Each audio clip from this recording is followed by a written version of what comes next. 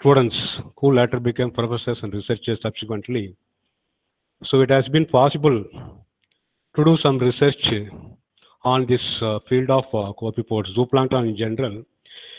It has been only recent times we could able to specialize copepods or some other groups of zooplankton. We have been doing research as such earlier times. Simply one or two plankton they used to collect and they used to do some morphological description. That sort of work only they did about half a century ago. So it has been only during the recent times we could able to do some intensive work of plankton in general, zooplanktonic forms with special reference to copepods in particular. So with reference to general regular ecological monitoring of plankton covering the east and west coast of India, along with some hydrographical parameters, so as to assess the health of the ecosystem. After all, based on the biodiversity of the organisms, we could be able to assess the health of the ecosystems, whether polluted, moderately polluted, or things like that. So it was only as Dr. A.R.T. Arasu had it in the forenoon. It was only during last few decades we could be able to concentrate on the mass culture of this live food organisms like copepods.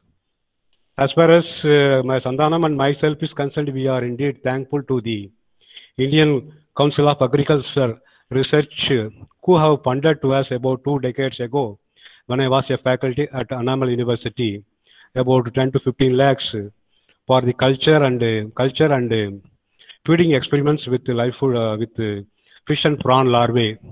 So during which we could be able to do some intensive work thanks to the ICR funding and thanks to the encouragements from distinguished scientists like A.R.T. Arasu. And of course, subsequently, we were provided with some funds by UGC that was pertaining to the molecular characterization of copepods when I was at Periyar University. So that is the background. And of course, subsequently, Professor Sandhanam established his own scheme of things in an intensive manner, thanks to the funding by the Government of India through its various agencies. So that is about the brief background regarding this zooplankton. So I understand that there are participants from different backgrounds, starting from postgraduate student to research scholars to even some faculty members. So at this critical juncture, let me start with an overview or a sort of brief introduction about what is marine environment. What are plankton, nekton, euston, or benthos as such? As you may be aware, at least 70% of our Mother Earth is being covered with marine sea water. So as such, we have vast ocean. So as such, we have physically pelagic ecosystem, pelagic environment, and benthic environment.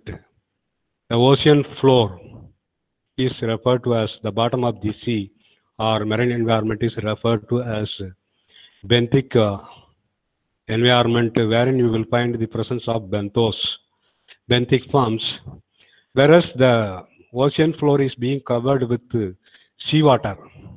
That is pelagic environment. So in which we have some 2 or 3 groups of organisms are there. So plankton and nekton, for example. So nectonic forms are those forms, large-sized aquatic animals provided with swimming organs with which they could be able to make swimming. They can move against the water currents.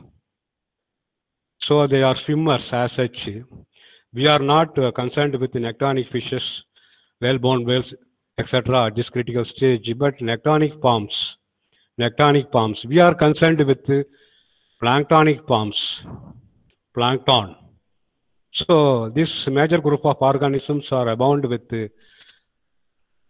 relatively largely at the upper surfaces of the marine environment, water namely. So we are concerned with the plankton. So what are these plankton? Plankton, singular as well as plural. Planktons you can say. Plankton also you can say. So which are actually drifting organisms. Plankton in Greek means wandering, drifting. Planktonic organisms, planktonic forms, plankters, drifting organisms. Those small size organisms, they are the organisms which are unable to maintain the distribution against water currents. The organisms, the smallest sized microscopic organisms which are unable to maintain the distribution against water currents, or in other words, they are moving along with the water currents, passively along with the water currents, because they cannot swim. Unlike that of the other group, namely the nectonic form swimmers, the planktonic forms are drifting organisms which are microscopic, mostly microscopic. Of course, we have jellyfish and other things are there. So this is about the planktonic forms, microscopic drifting organisms. They cannot move at all. They cannot actively swim at all. They cannot swim. If at all, they cannot actively swim at all. So planktonic organisms, as such, there are various categories of planktonic organisms in an aquatic ecosystem, whether it is freshwater or we are largely concerned with marine environments. Marine environment, there are different types of planktonic organisms, microscopic to major forms. So based on the component, largely phytoplankton and zooplankton, that is plant-based plant plankton and animal plankton. We are not concerned at this stage with our plant plankton. We are concerned with the zooplankton, animal plankton. So with the animal plankton, we are concerned with the copepods. So as such, animal plankton or zooplankton are variously categorized, variously grouped based on size, for example, micro zooplankton, meso zooplankton, macro zooplankton, macro zooplankton, dessert classification, variously categorized, classified. Of course, ultra plankton, femtoplankton, those things are there. This is size-based classification of zooplankton. And of course, based on the distribution, epipelagic, mesopelagic, bathypelagic, starting from uppermost surface of the water to up to 300 meter or 600 meter or 700 meter or 1000 meters. Accordingly, based on the depth-wise distribution, planktonic, zooplanktonic forms are variously categorized. Epipelagic, mesopelagic, bathypelagic, benthic forms, like that, there are various categories. And based on their life cycle, the zooplankton, including your copepods, two types of copepods are being categorized. Copepods are as such being, zooplankton in general, copepods in particular, are being two types of planktonic forms. That is permanent plankton and temporary plankton. Temporary plankton or meroplankton includes eggs and larvae of finfish and shellfishes. Eggs and larvae of finfish and shellfishes are referred to as meroplankton, or in otherwise called as temporary plankton, because whether shrimp or fish or crab, during early developmental stages, where they are used to be, where their life cycle is something like your Macalopa larva or mysis larva or eggs, only during some part, the early part of their life, they used to lead a sort of planktonic drifting mode of life. But as and when they develop their swimming legs, so-called swimming organism, they are becoming, especially finfish, shellfish, they will be transforming to the, moving over to the nectonic mode of life, that is swimming mode of life. So though we are largely concerned with copepods, copepod also, meroplankton, for example, eggs of copepods. During egg stage, they are actually temporary stage, that is meroplankton. So that is the eggs and larvae are referred to as such temporary planktonic mode of life. Whereas in the case of permanent plankton, from other types of plankton, from birth to death, they are leading some other plankton leading a sort of permanent throughout life. They will be having drifting mode of life. So this is a sort of classification, and of course there are other categories are there. So as such, that is different types of classification of plankton. So we are concerned with today. We are concerned with the zooplankton. So as such, out of this zooplankton, about 75 to 80% of the zooplankton is being comprised of these copepores. Whether it is especially in marine environments, marine ecosystem or freshwater ecosystem, when you are going for collection sampling anytime, wherein you will find the presence of about 80% of the zooplankton which is being composed of these copepores.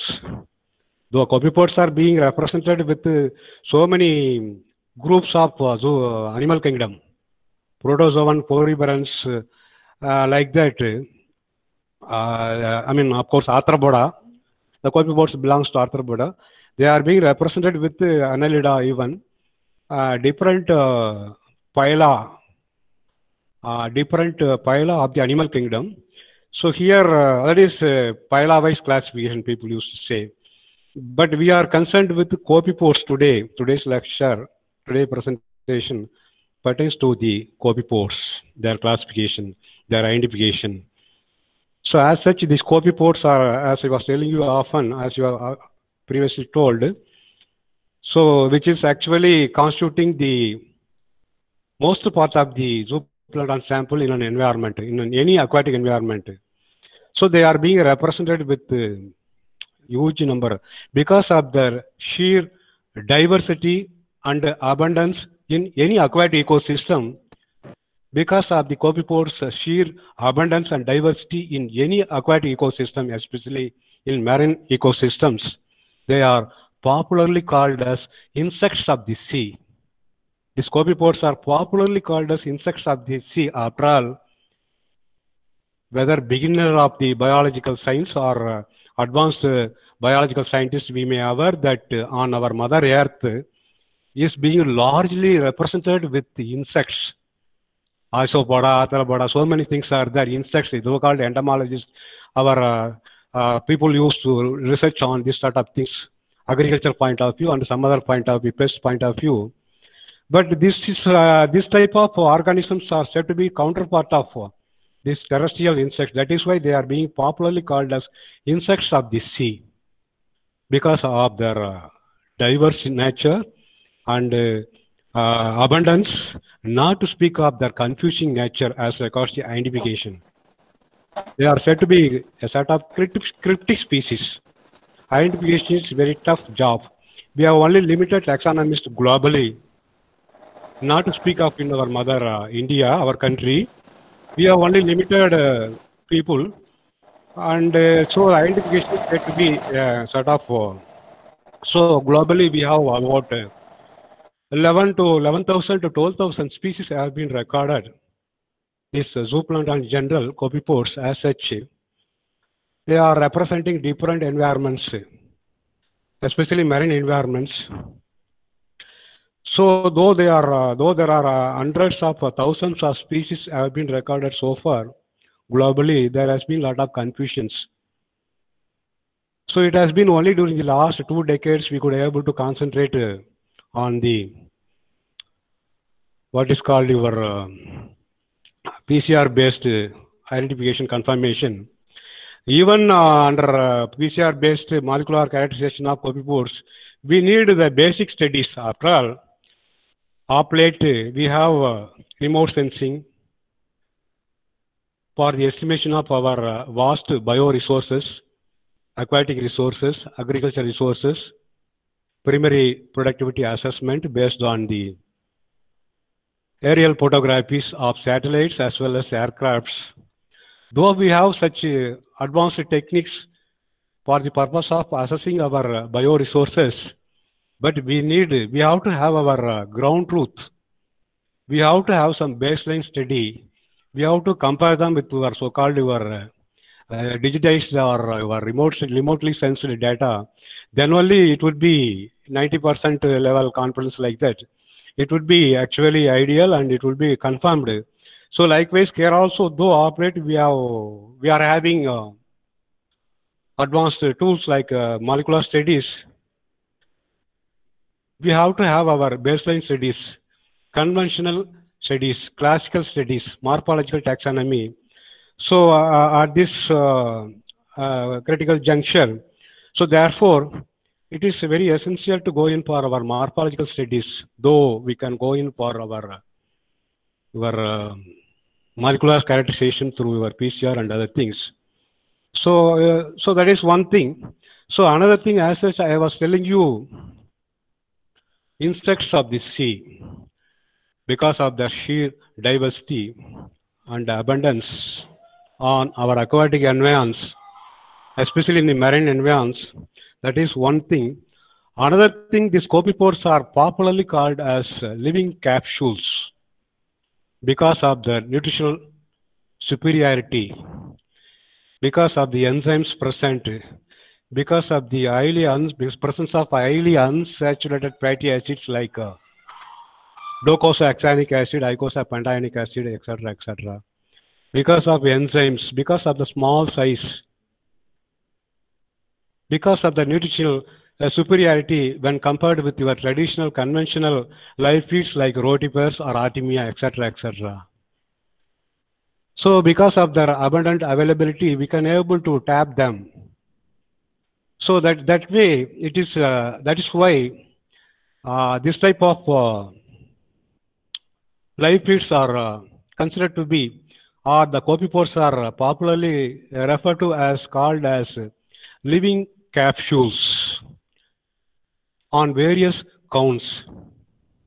So only during recent times, last 1 or 2 decades, intensive culture is being carried out.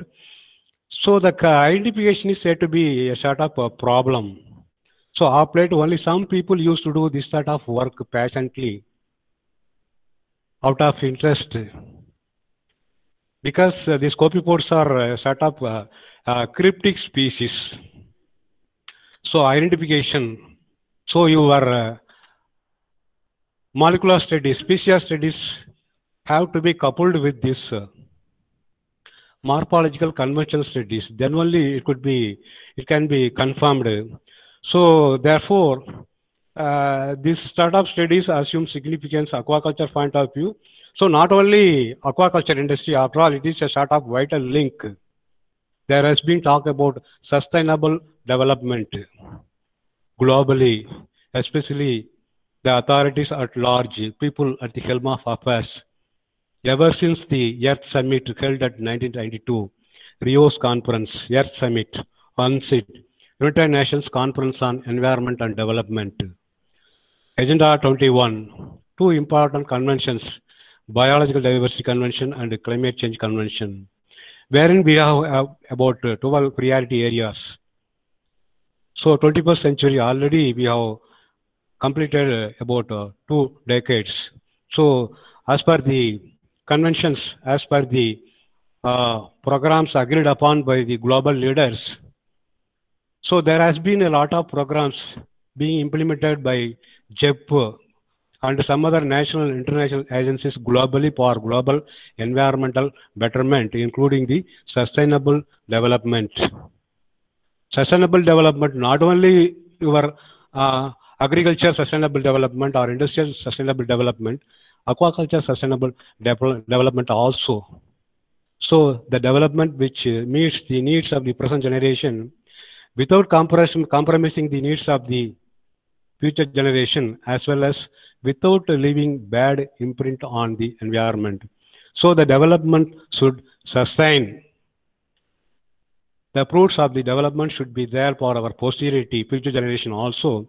So in this context, this $1 million industry, aquaculture, especially shrimp industry, during 90s, it was at its peak, $1 million industry. Thereupon, reportedly due to the unsustainable developmental practices, without treating the,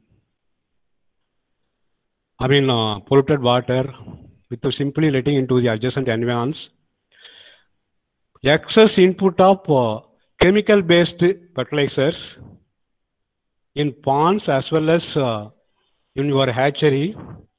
So because of such unsustainable activities, It has been reported that the industry actually, there was some problem, including disease outbreak.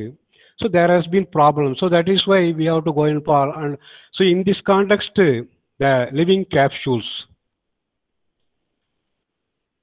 the live food organisms, live feeds, the importance of live feeds, the significance of live feeds vis-a-vis feeding the young fish and prawn, the larvae of fish and prawn which are being found in the or stocked in the hatcheries before they are being shifted to the transferred to the large growth ponds. So they have to be carefully grown. After all, in the nature, as Dr. A.R. Tirunavakar told in the previous session's lecture, by nature, of course, the young fish or prawn used to feed on the already available live feed in the environment, whereas in the case of our huge, vast ponds, some people earlier used to dump a sort of chemical-based fertilizers. So the importance of these live feed organisms, besides your other things, certain amino acids or certain things, upon feeding this live feed only they can able to grow systematically, this fish and prawn. Otherwise, these sort of things are actually only through biosynthetic pathways. Only we can able to get certain essential amino acids or things like that. So that is why at least during some early stage of their life, in the environment, no problem, aquatic environment. Naturally, fishes, young fishes, prawns are there.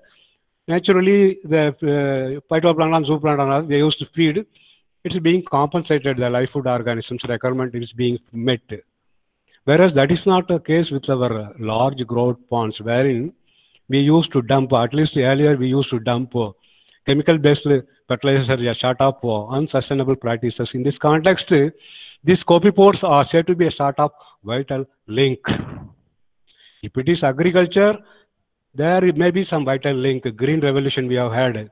This is blue revolution. Everything is count for total economic development of country or global economy at large. So in this kind of, at this juncture, so in this respect, the copepods are one way or other very, very important. So this is an important group, a set of confusing group.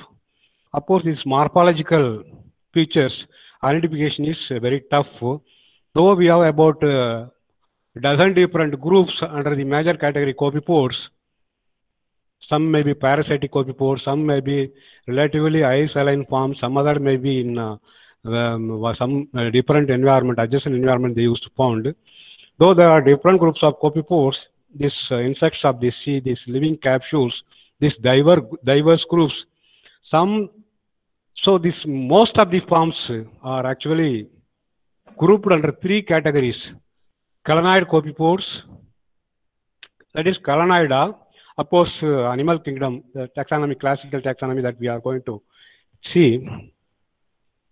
As such, there are three important groups. Taxonomically, phylum, order, animal kingdom, animal kingdom, taxonomy, those things are there. Out of this dozen or so different groups of copepods, most of the, about 80% of the copepods, 80 to 90% copepods are being represented with some three or suborders or super classes. So namely, Cyclopoida, Herbacticida, Calanoida. About 80 to 90% of the copepods are represented with three major groups globally, wherever. That is Cyclopoida, Herbacticida, and Calanoida. So out of these three groups, the Calanoid groups are as such being represented very largely. The other group, Herbacticida group, so these forms are very distinct forms, which they can be relatively easily identified at least up to genus level, if not species level. And lastly, Cyclopoida. This is also relatively lesser, represented very lesser manner. So as such, these three groups, Calanoida, Herbacticida, and Cyclopoida. So these are all three groups. And coming to the one by one discussion, then this one. So, as such, a typical copypod, when you see a typical single copypod, or for that matter, copypod representing any group, normally you will come across three bodily parts, namely cephalosome, metasome, and urosome. Cephalosome, otherwise called prosome, metasome, and urosome. Cephalosome, the name itself is cephalic region, head region, being comprising rostrum, antennae, maxillipede. Whereas in the case of metasome, 4 to 6 so-called legs, sometimes we used to refer as swimming legs also, though they are not active swimmers. Though they are not active swimmers, technically we used to call them as, so that is 4 to 6 bodily segments, that is metasome. Each one is provided with 4 to about half a dozen so-called legs, so-called swimming legs. And of course, at the posterior end, urosome is there, wherein you will find 4 to 5 segments. The last one is being provided with purca or caudal ramus, genital segment. So, as such, in some cases, in the anterior region, the antenna of the, especially in the right part of the antenna of males are normally being modified into a sort of what has been called as geniculation. So as such, a typical copypod comprised of three bodily parts, cephalosome, metasome, and urosome. So anterior unsegmented cephalosome, middle metasome, 4 to 6 segments represented with some swimming, so-called swimming legs, and post tapered and posterior side presence of this urosome, some 4 to 5 segments, wherein you will find the presence of genital region, as well as the presence of lamina structures like caudal rami, etc., etc. And of course, a number of spines and other things are there. So based on the shape, size, and broad morphological, we could able to locate whether the species, whether the form belongs to this crinoid form, arbactipoid, or cyclopoid form. So what is the need of learning copypods and taxonomy that we have discussed as an extempore manner? This is another major metazoan, primary consumers, secondary producers, energy transformers. They are also said to be a set of indicator of water masses. So water pollution assessment can be made by continuous monitoring of the presence of the continuous, not only presence, but also diversity. Every monthly monitoring over a period of 2 years or 3 years or 4 different seasons, we can able to assess the health of the ecosystem based on the diversity of the zooplankton as well as phytoplankton. And of course, very importantly, we can able to forecast the fishery potential. After all, they are the initiators of food chain. This is a classical subject. So naturally, these are all source of protein, highly unsaturated fatty acids, and even they are responsible for the formation of marine snow, besides other. And importantly, our aquaculture point of view, they are responsible for. They are very important vital link, as we have discussed already, live food organisms. So naturally, this is cryptic terms people used to say.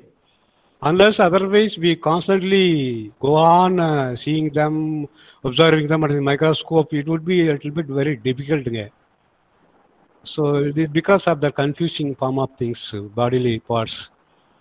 So cryptic forms, confusing forms, because of their morphological resemblances, it has been said to be a difficult task, though a number of works have been carried out by different people in different regions. As such, for Paka identification, correct identification, one should be patient, one should have some involvement, one should spend more time, then only it is possible for Paka exact scientific identification. And of course, that can be complemented or supplemented or with your molecular taxonomy. So therefore, we shall discuss upon the morphological features of some important copepods with special reference to our Indian waters. So plankton samplings as such, there are various methods. When you are going in a cruise, NIO, that where we have got different huge sampling nets are there. Ordinary boat, accordingly, we have small size conical nets are there. So as such, as far as phytoplankton is concerned, we have 158 sized plankton nets are conical shaped nets are being used. For simply for qualitative study, simply mechanically you can go and tow in an aquatic environment for about half an hour or so. Thereupon you can simply bring it to the laboratory and you can see what are all the species available in that area. That is classical subject that has been done during the past many decades. That is classical subject. But for quantitative purpose, we have to use flow meter and other things with which we can able to work out how much water has flown through this plankton net over a half an hour or 1 hour hauling, so that later subsequently after collecting the plankton and bring it to the laboratory, we can able to identify. Even then, we may not able to identify all the collected and accumulated planktonic forms by, but there are some methods with which we can able to identify. We can identify and numerically we can list it. Thereupon we can start up MPN methods are there. Method is there.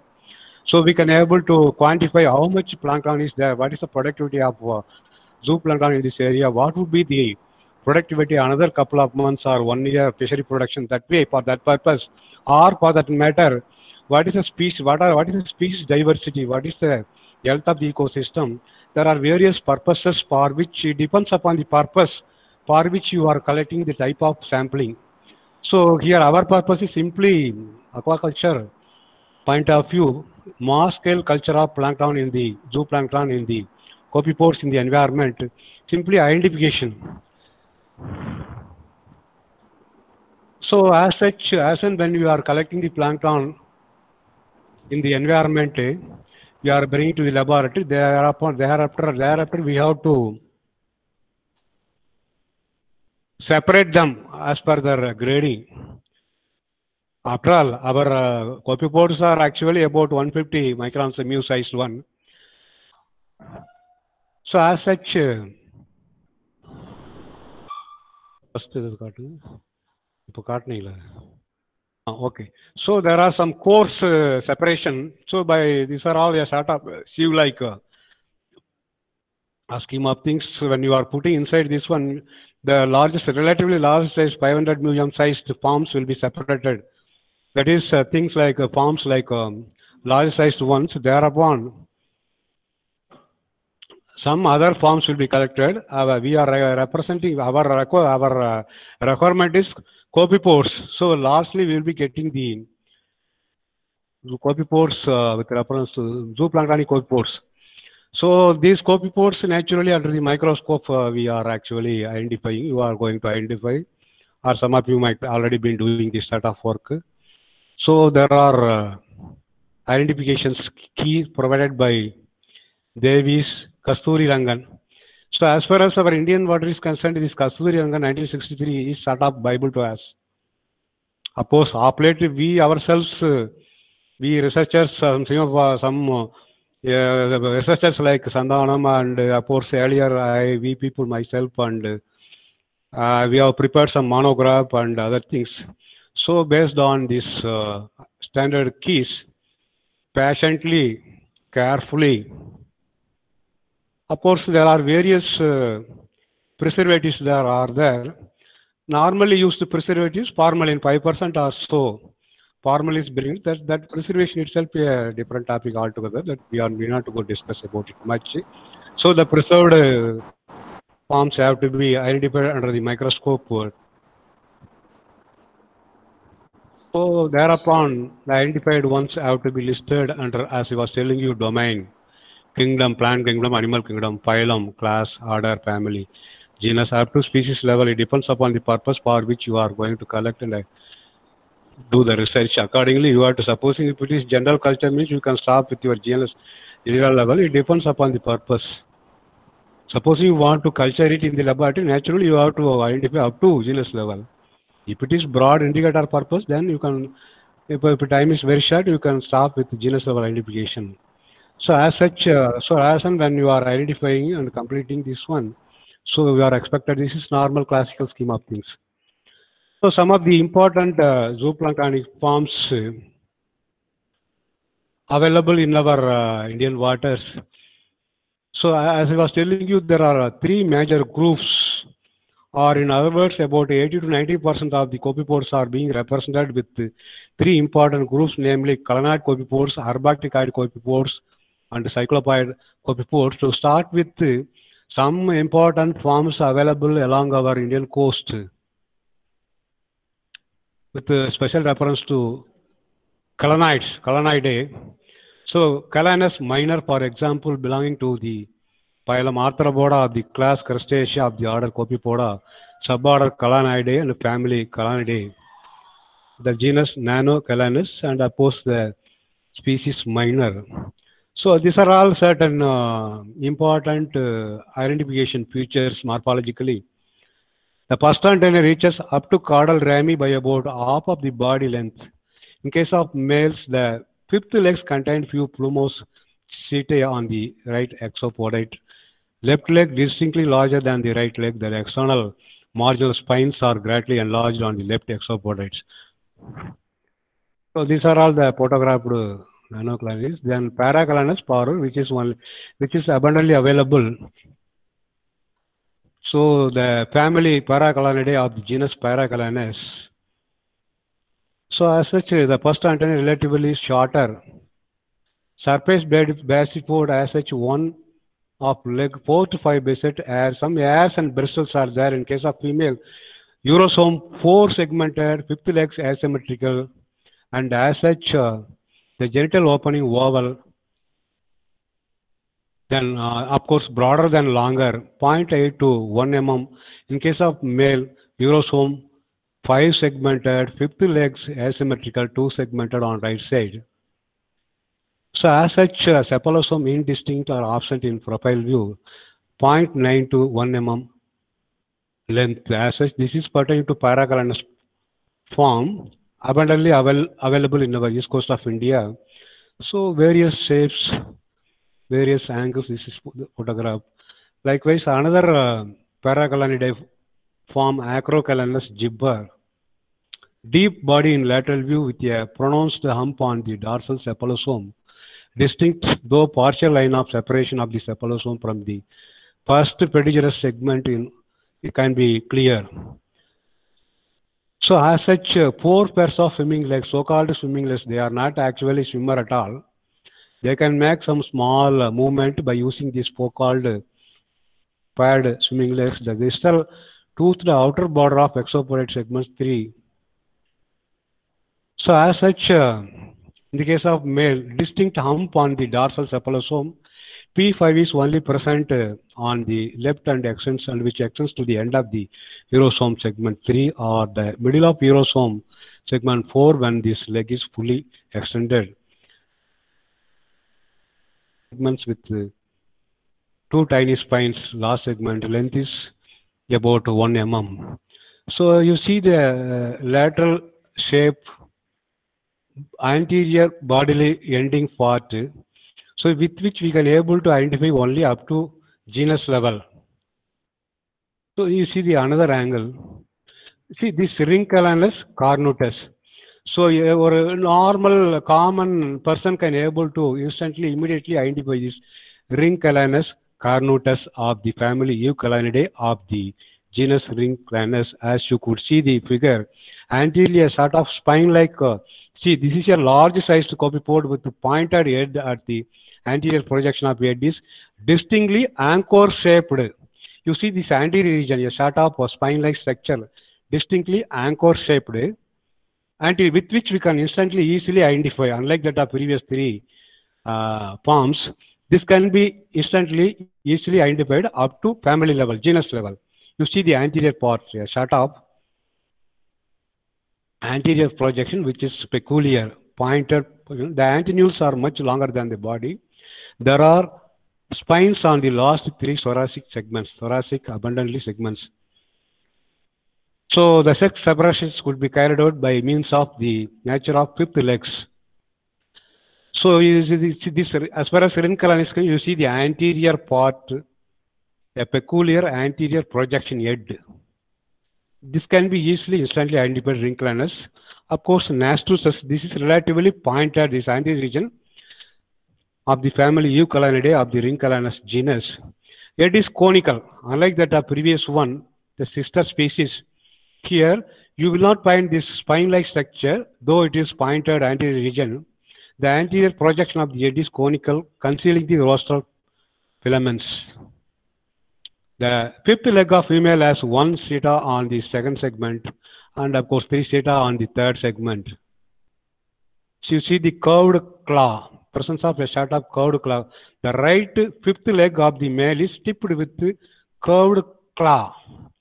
So this is Rincalanus and Eucalanus elongator, another commonly occurring species of the family Eucalanidae of the genus Eucalanus. Head is triangular in shape. You see a typical prominent triangular shaped head region. Lateral angles of the last thoracic segmental pointed. There are 2 segments present in between the anal and genital segments. First and second segments of exopodate of A2 not fused. These are all certain things. Unless otherwise you spend much time, so this set of fine details we may not be able to identify instantly. As such, urosome 4 segmented and enlarged caudal setae present on the right side, posterior margin of metasome rounded in the Indo-Pacific forms, but 2 blunt teeth present in the Atlantic form. So as such, length being 4.4 to 8.25 mm. So you see the anterior triangle shaped anterior with which we can able to identify up to genus level. So otherwise we have to sit in for a long time and we have to concentrate on other morphological features. Then only we will be in a position to identify up to species level. Another important large sized colonnade coipods being Centropages furcatus of the family Centropagidae of the genus Centropages. So here the male posterior margin of the metasome provided with 2 smaller, more dorsally placed spines. We can see the metasome middle region at the end of the last segment. You see the posteriorly pointing 2 prominent spines. So this can be with which we can easily identify this genus. Of course, other features are there. The left exopodate of the 5th legs is 2 segmented, and the right exopodate third segment 3 segmented with a strong hila. The 5th legs are providing with a prominent inwardly pointing spine on. So these things are there. But the thing is that in the metasome, that is after cephalosome and before urosome, the last segment of the metasome, wherein you will find the presence of a pair of posteriorly pointed curvature like sort of spines. That is an important identification features. Of course, the right first antenna of the male is geniculated. After all, as you may recall, geniculation is nothing but modification of the antenna of the males, generally on the right side. So this geniculation doors key-like structure, one side only it could able to move. So with which it could able to grasping purpose of its female partner, as well as for scraping the food particle. The so-called geniculation, anterior antenna, right side of the most of the pumps, right antenna is being a sort of modified structure called geniculation for the purpose of grasping its female partner, as well as for the purpose of grasping, removing the food particles. That is the thing. So here in the case of males, first antenna of the male is geniculated, geniculation. Of course, this is the anterior side. And the pseudo-diaptomous Anandale. So Anandale, one of the earliest biological oceanographers, British Anandale and Sewell Wright, as I was telling you, Sewell Wright, a medical doctor of British, during the last quarter century, they used to come and not only they used to do the profession, regular profession, but also they used to do this biological oceanography. They used to collect this sample and they used to go in, they used to actually describe the structure of the new species, Anandale. So this is about 1 century old records. As such, this larger sized colonnade of the family Pseudodiaptomidae of the genus Pseudodiaptomys. So wherein you will find the presence of genital segment with the prominent spines on each side. So unlike that of the previous form, wherein we had seen the last segment of the middle bodily segment, presence of prominent spines. Here, after the genital segment, that is urosomal region, the first segment, you will find the presence of genital segment with the prominent spine on each side. The fifth leg is modified, right leg has claw on its terminal. So there are different peculiar features. You see genital segment of the prominent spine on each side. You could see the figure, that is metasome last, immediately after metasome, at the starting of the urosome, presence of pair of spine. That is an important identification feature as far as Pseudodiaptomys arundale is concerned. So these are all the various angles photographs, and of course Calanopia elliptica. So here also you see in the middle bodily region, namely the last segment, segment of the metasome, you will find the presence of peculiar spine-like structure. So this is Calanopia elliptica of the family Pontelidae of the genus Calanopia, wherein we will find the presence of ureosome with two-segmented urosome, first antenna not geniculate. Here the antenna is not geniculate, grasping purpose. Fifth leg four-segmented. Left fifth leg longer than the right leg. You see the peculiarities.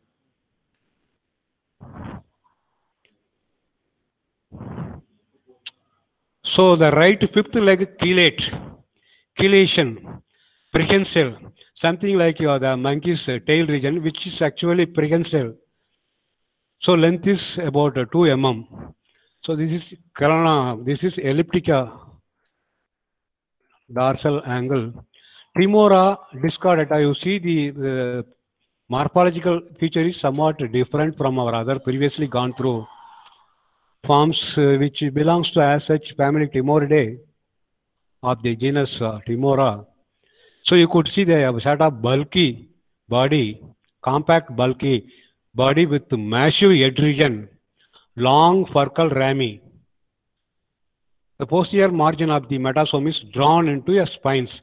So this is an important, the posterior margin of the middle part of the body is, that is the posterior segment of the metasome is drawn into a bigger spine, so that with which we can able to easily locate it at least up to the genus level.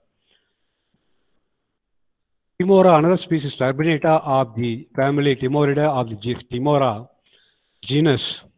Here the posterior margin is rounded. Posterior margin rounded, the right leg of male is enlarged and modified. The distal segment has two sort of spine-like setae, so which is measuring in case of male 1.5 mm, whereas in the case of male 1.4 mm. So these are all the photographs. And Tremora, another species, longicornis, which is actually, this is set of relatively abundantly available our coast of the family. This Tremora longicornis belonging to the family Timoridae of the genus, of course, Tremora. So you see, peculiarly in case of females, one caudal rami longer than the other. See, different. You see, this is peculiar. Normally, everything should be paired, set of. Here it is unidentical, a set of unpaired. As far as length is concerned, one caudal setae longer than the other, but not especially thickened inner spine on terminal segment of fifth leg shorter than both terminal spines. In case of males, P5 left terminal segmented. So a sort of peculiar terminal plumosa present. Terminal plumosa peculiar structures are being present. This is pertaining to the Tremora longicornis. Incidentally, this type of species are actually commonly available with our waters. And Lepidoptera acuta. So here you could see physically anterior a pair of ocelli or eye spot, and middle part and bodily part you will see the presence of prominent spine-like structure. So this Lepidoptera is abundantly available, in which we did some work earlier, including molecular studies. Some of my students, Sandanam sir and Jagadish and NIO scientists presently. So we have published it in IJMS and some other journal. So this Lepidosera, relatively larger sized one of the family Pontellida of the genus Lepidosera. So three segmented urosome. So as such, you will see the first antenna geniculate on the right side. Corners of metasome, unlike on the two sides as figured, eye lenses are larger than in female. As we could see, eye lenses are larger than female. Fifth legs are figured, of course you can see, and the length 2.8 to 3.3. So this is lateral view.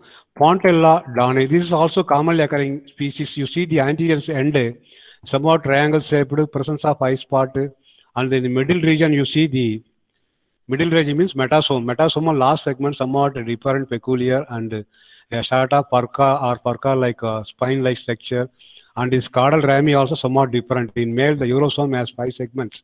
The urosome and caudal rami are asymmetrical. The right end is geniculation. The lateral margins of the head have a hook on each side in females. You see hook-like structure. One pair of dorsal eye lenses.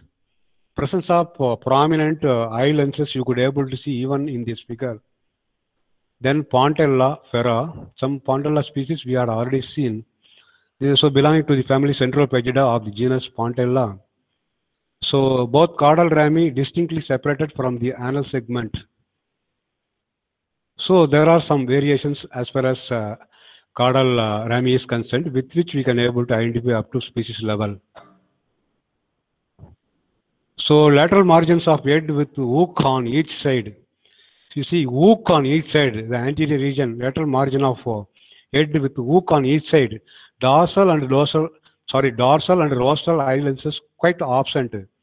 Rostral rami comparatively long and slender, head without lateral hooks. So you see, these are all minor forms of the species Centropages minors, which are not abundantly available. Then Acarcia centrura, of course, Acarcia, an important genus. The family Acarcidae, genus Acarcia. So this is somewhat an important form. As far as taxonomic characteristics are concerned, female, the spines of metasome corners are smaller than as in other species Erythrae. Terminal claw of fifth leg swollen at the base, smooth, straight, and with a distinct notch as figured. So length is, as far as length is concerned, 1.2 to 1.24, about 1.25. Male second urosome segment with 3 pairs of spines. 3 pairs of spines as such.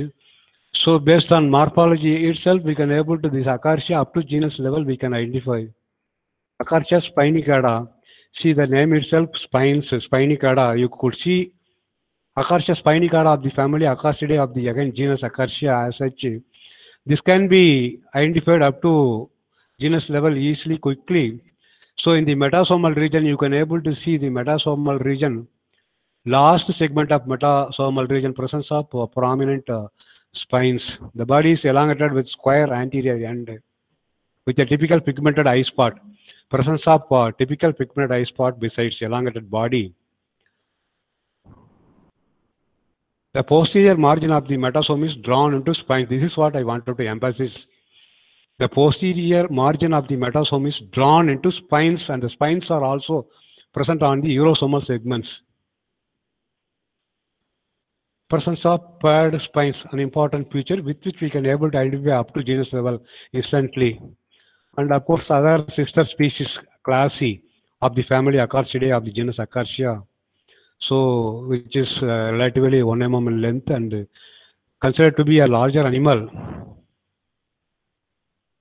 Like some other sister groups, presence of row of spines with which we can able to identify these species. Presence of row of spines. This is relatively largest sized one, Acarcia classy. Totanus gracilis of the family, of course, Cranoidea form of the family Totanidae, Totanus, and fifth legs of female as such asymmetrical. Left leg is longer with a group of teeth on inner border of terminal station, so-called teeth.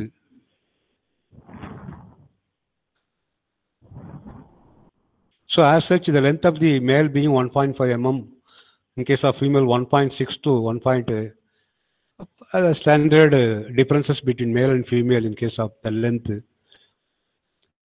So far we have seen some of the important forms, important calanoid forms. Now we are moving over to the herbacticoid forms. Herbacticoids. So these herbacticoids are peculiar bodily shaped forms and relatively lesser number of forms and abundance as such. Can be identified up to genus level easily, instantly under the microscope. For example, we have Microcetella, Macrocetella. The bodily, as such, bodily they are very distinct. Besides, this posterior part is very lengthy, elongated. For example, this Macrocetella gracilis, as I was telling you, belonging to the Herbacticoida suborder or of the Copepoda, Herbacticoida, of the family Macrocetelidae of the genus Macrocetella. Macrocetella, of course, this can be very interesting forms. Body slender and laterally compressed. The antennule reaches as far back as the genital segments. The so-called the posterior part, this antennule are actually elongated, very lengthy, and rostrum prominent, and importantly, caudal seat cylindrical, nearly 1.5 again. So this is what I wanted to emphasize. Caudal seat cylindrical, that's okay, but 1.5 time again as long as caudal rami. The posterior region somewhat along, very lengthy caudal setae. So-called swimming legs long and narrow. So this is an herbacticoid form. Macrocetella. Another one, Microcetella. So this Microcetella is a fusiform shaped one. Compressed body, laterally compressed body, wherein you will find the presence of geniculated antennules. Presence of spinules. And importantly, the caudal rami are as long as broad and are indistinct. In both Microcetella and Macrocetella, very lengthy caudal rami, with which we can able to identify instantly. The caudal rami are as long as the body, nearly 1.5 times the length of the body. Microcetella and Macrocetella, some parts of our Indian waters abundantly available herbacticoids. And another interesting herbacticoid, Ytteripina acutiferans of the family Tachyidae of the genus Ytteripina. You see peculiar anterior rostral region, subpyriform, or commonly we can say, we used to teach our students when I was at Annamalai, question mark shaped herbacticoid form. Scientifically, as such, subpyriform, and as such, which is a monospecific genus. It has got only species, subpyriform one, and prominent rostral projection, which is acute at the tip. You see, it's very prominent anterior end, question mark shaped body, and of course there are presence of, you see the presence of X-axis are there. Fifth pair of legs formed by two undivided juxtaposed plates, though there are different things. Ytteripina acutiferans herbacticoid copepod, subpyriformed question mark shaped, very prominent pointed anterior region with which we can instantly identify up to species level. Of course, Nitogera affinis, and interesting and important form which we have actually, myself, Sandhanam, and Dr. Raj Tilak, during the course of our studies pertaining to the UGC project, we happened to got this species. New record from our Indian waters. We got it published in Cambridge. What is that publication? Marine Biodiversity Records. We have got it published as a new record from Indian waters. So as such, this Nitogera affinis, an important herbacticoid of the family Amiridae of the genus Nitogera, a peculiar form, female swimming leg, P5 with the exopod, twice as long as broad, ovate, and armed with 6 marginal setae. Basoendopodid short, reaching half of the length of the exopodid with 5 setae. Rostrum in these forms are relatively smaller than in female. First and second abdominal somites separate and of equal length. This is a peculiar form. Recently, distribution records. What is this nitograph of its Tispy, which is relatively lesser as such of the family Tispidae family. Genus Tispy, I think it is available commonly in temperate waters. They are also very rarely available. In case of female, bright red eye consists of, you see the color also. We are not talking about color so far. We are talking about a bright eye spot, a long eye spot, spines, body shape, and other things. Here comes the bright red eye. As and when you are as such storing with preservative, it is a long time, perhaps sometimes the color may fade away. But bright red eye consists of 3 ocelli. The total length from tip of rostrum to end of furca amounts to 0.99 mm. Maximum width of the cephalothorax point. Some data pertaining to the morphological feature that is not of our concern. As such, some morphological feature. So there is a sort of segments, the peculiar segments. Distal border of the second, third, and fourth abdominal segments ventrally and laterally fringed with spinules, presence of spine, spinule-like structure, exactly as in the female. Prehensile, 9 segmented, the fifth and ninth bearing of a sort of structures. The peculiar forked setae are present. You see the figure, a peculiar forms. You see the lateral V with which is somewhat subpiriforms. Of course, this is not abundantly available. Tispy. Of course, Tigriopus, which is also rarely available, and Ablacoid copepod family belonging to the genus Tigriopus. This species resembles other species in generally having cyclopiform shape, 9 segmented. So this is actually got some spinule-like structures, and which can be identified based on certain morphological features, which is relatively lesser distribution in our waters. Likewise, Parastenohelia are also belonging to the, of course, belonging to the family Parastenohelidae and the genus Parastenhelia, and which are seasonally rarely available. Semi-cylindrical female body, widest at posterior margin of cephalothorax, tapering, posterior tapering without clear distinction between prosome and urosome. So these sort of things are there, some forms. So there may not be much differences between these regional differences as far as size is concerned. In many cases, in colonites, you can able to see the distinct cephalosome, metasome, and urosome. In some forms, you may not able to see the differentiation, bodily changes. So rostrum with 2 pores, both apically and on anterior surfaces. These are relatively rare forms.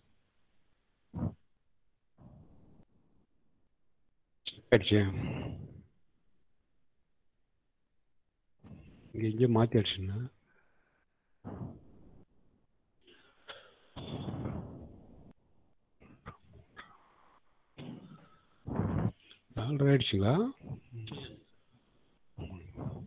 Okay. Diathona, of course. And so far we have discussed about apodicen forms representing herbacticoids. And of course, a number of benthic forms are also there, herbacticoids. Some of them are also being cultured. So otherwise, as such, the pelagic forms are very commonly, some of the form Microcetella, Macrocetella, Eutripina, Acudiferans, and some other forms are abundantly available in our coastal waters, especially in Rameswaram waters. So that is about our herbacticoid forms. So coming to the other last group, namely cyclopoids. So this Aithona dissimilis of the suborder Cyclopoida of the family Aithonidae of the genus Aithona. So these forms are relatively, comparatively smaller sized ones vis-a-vis your herbacticoids and colonites. So as such, the female's first antennae reach up to end of metasome. That is the length of the antennae. Outer marginal spines are exposed to legs 1 to 4. Body highly pellucid, somewhat different, length 0.7 to 0.95. In case of male, an important morphological feature, first antennae twice geniculate. A modified antennal region for the purpose of grasping and scraping food particles. The first segment beyond the proximal elbow, sheathing the base of the segment beyond the first segment beyond the distal elbow bearing a small semicircular process. So as such, you could see the smaller size, distinct middle segment, undivided cephalosome, and the posterior peculiar urosome. So upon relatively smaller sized ones. Thermocyclops inversus of the family Orthonidae of the genus Thermocyclops. Leg is two-segmented and the spines on the segment are both long and subequal. The body spines are inserted on the distal end of the segment. In Thermocyclops, the leg fourth coupler has two broadly rounded protrusions with 4 to 6 spinules on the caudal surface, peculiar palms, and also in the figure you could see the presence of pair of XX. Thermocyclops. And another Oncae venusuta of the family Oncaidae of the genus Oncae. You could see the peculiar body shape. Second free metasome segment not raised into hump. Anterior part of the body ovate in female. Less wide in the male. Genital segment are conspicuously enlarged. So this, you see the genital part of the posterior bodily region are very distinct, conspicuously enlarged, very distinct in the male than female. Length of male female. So measures of length are being 1.1 to 1.27 mm in case of male, 0.7 to naturally the difference is there. Standard difference has been there. So Coricaeus catus, this is a commonly occurring form. So this can be easily instantly identified. You could see the presence of ocelli or eye spot in the anterior region. You see the middle part, posteriormost segment of the metasome. You could see the presence of prominent skull-like structure, not to speak of peculiar urosome. So as such, this Coricaeus catus of the family Coricaeidae of the genus Coricaeus, as such, caudal rami very short caudal rami, equal in length to the anal segment in the male, a little longer than the anal segment in the female. Male genital segment with a ventral hook at the anterior body. So as far as length is concerned, 1 mm male and relatively lesser female size. So as far as this Coricaeus catus is concerned, instantly identified. Very peculiar bodily part. You see the anterior eye spot. Then another one here also, Copilia of the family Coricaeidae of the genus Copilia, peculiar bodily part. You see the anterior region, a somewhat squarely truncated anterior region besides presence of pair of eye spot. Very peculiar. Body is very transparent and slightly depressed. Head squarely truncated in front with corneal eye lenses near the corners. That is an important identification feature. Truncated anterior region. At the corners, you will see the presence of eye spots. Second antennae is slender and prehensile with 4 segmented. It has 2 prominent eyes with always some distance apart and a body tapering to a narrow apparent abdomen. The last segment of the abdomen has long, narrow furcal rami attached to it. So truncated anterior region, pair of eye spot, an important feature. This also can be easily instantly identified up to genus level. Commonly available, of course.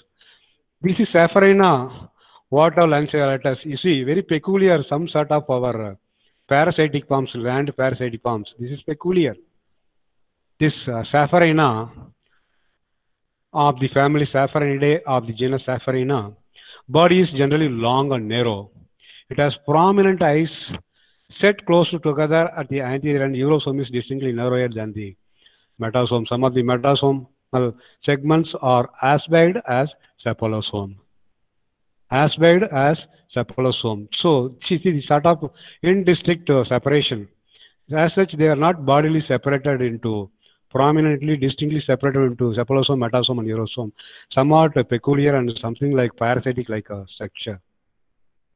I think it's over. So, what time and what is the time? So, as such, though we have discussed, this is a somewhat dry subject, unless otherwise you have some passions and interest in this field of science. This is an important field. Though we have discussed about about 30 or so species representing some important morphological features of 30 or so different species representing 3 important groups, namely Calanoida, Herbacticida, and Cyclopoida. It has been a sort of confusing one as such. So this can be summed up like this: 3 groups, the important features of 3 groups. This can be very briefly summed up like this: Calanoida or calanoid forms. Body usually bigger and elongated with 3 distinct regions, namely cephalosome, metasome, and urosome. The urosome of the animal has genital and abdominal segments only.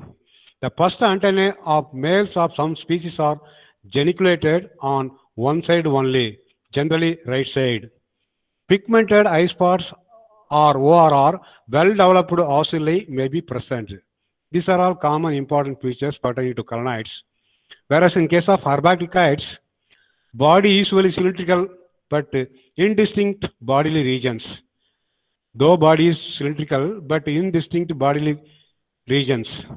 Generally tapering posterior region, wider anterior part and marked constriction along its length.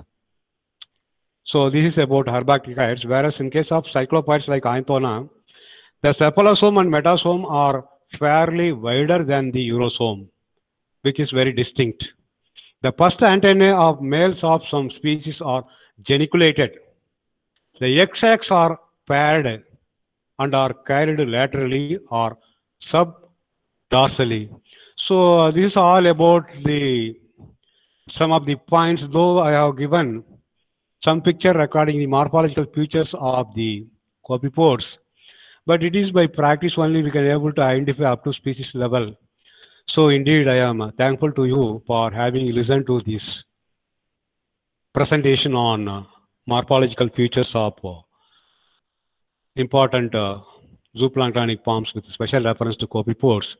Indeed, I am thankful to the authorities of Bharadas University, the UGC, and especially the head of the department, organizing secretary, my teaching faculty of marine science for having given to me this opportunity to present this lecture. Thank you, one and all. Thank you. Vanakkam.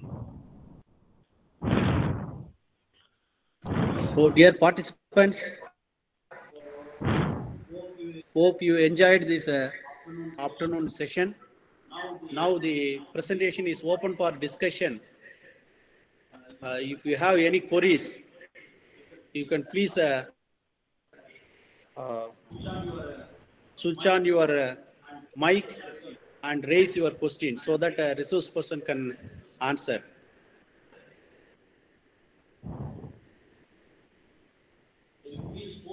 So you please post your, or otherwise you can post your doubt so that the professors can answer for your query. As this is very important topic nowadays, the most of the people, they just simply neglect the taxonomy. But taxonomy is a foundation for any science. So you should learn, or you should study the taxonomy. Without taxonomy, you could not be a a successful researcher.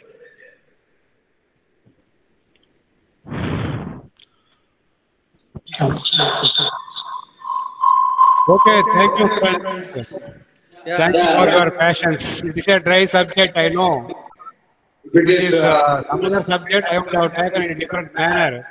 So unless otherwise you have passion for Sir, science, biological science, it would be difficult. Thank you good indeed. evening, sir. Tell me, sir.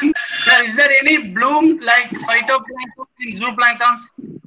Of course, bloom is an important topic. Eh? Normally in our zooplankton forms, we used to call it as swarm, swarming, especially with micro zooplankton. You might have heard, what is your name, sir? Where you are from, sir? Sir, I am Dr. Michael Anthony, Oh, great, Michael, Mark Anthony. Thank you. Tell me. friend of Dr. Santanam. Very nice of you. Thank you. Then, okay, that is enough. Okay. Right now, Anamra University.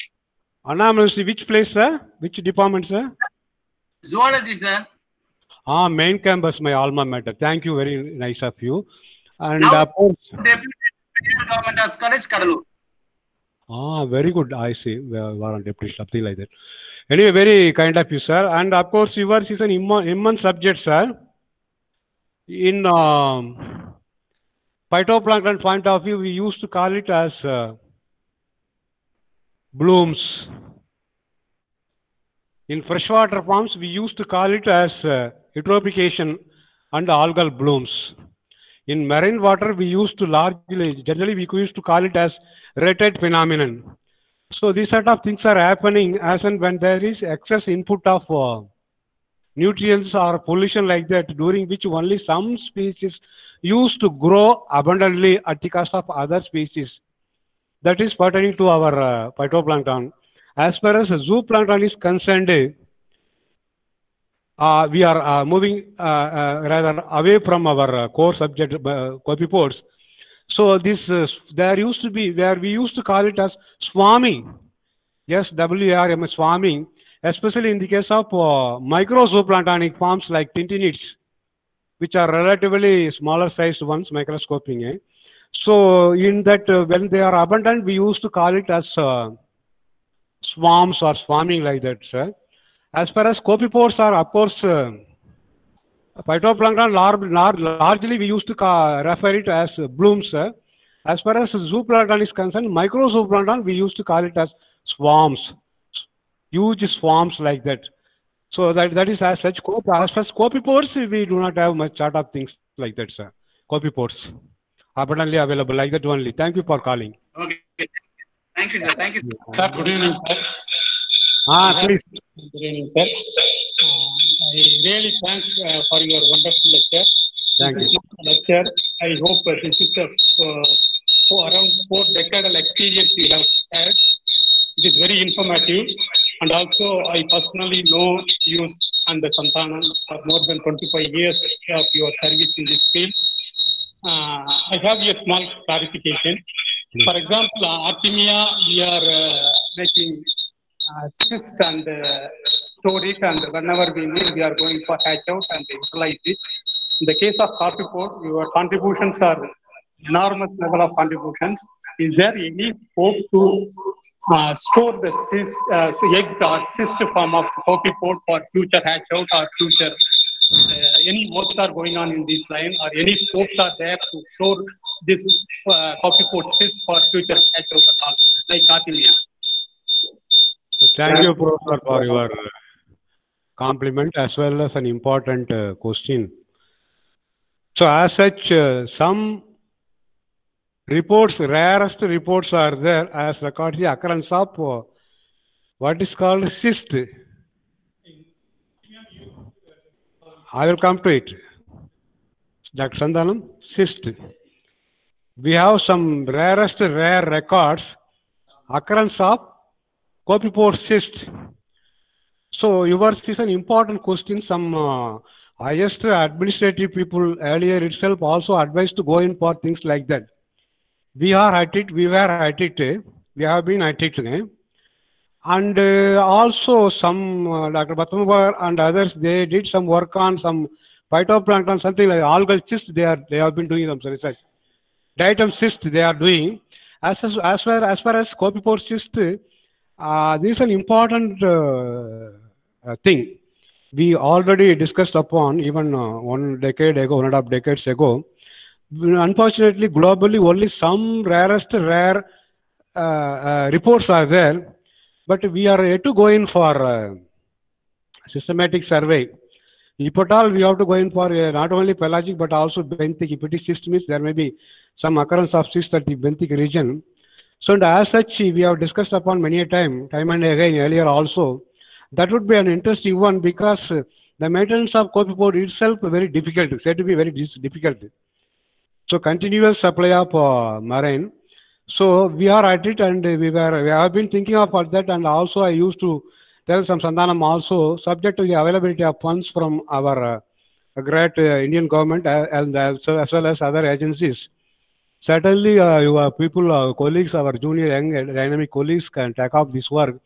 We are at it. There is, as such, we don't have any such work so far. Though we have had some theoretical discussion so far, we have not come across, excepting perhaps some isolated, very few reports on the occurrence of cyst. So for this set of things, we have to have some regular monitoring, maybe by using this Quora and other things, if at all any occurrence of. This is an interesting subject and concept, innovative thing, but I don't know how far we will. And of course, future the youngsters can take up this set of things. So far, we have not done. We have not done means this copepod identification itself problem, culture itself problem. So we have made it. At least Dr. Sandhanam could be able to standardize about Arboretum species so far. Though government number of funding agencies are there, work has been going on. Some classical work has been carried out by some NIO people earlier and professors like Krishnasamy Krishnamurthy and others. But as such, in controlled condition, culturing its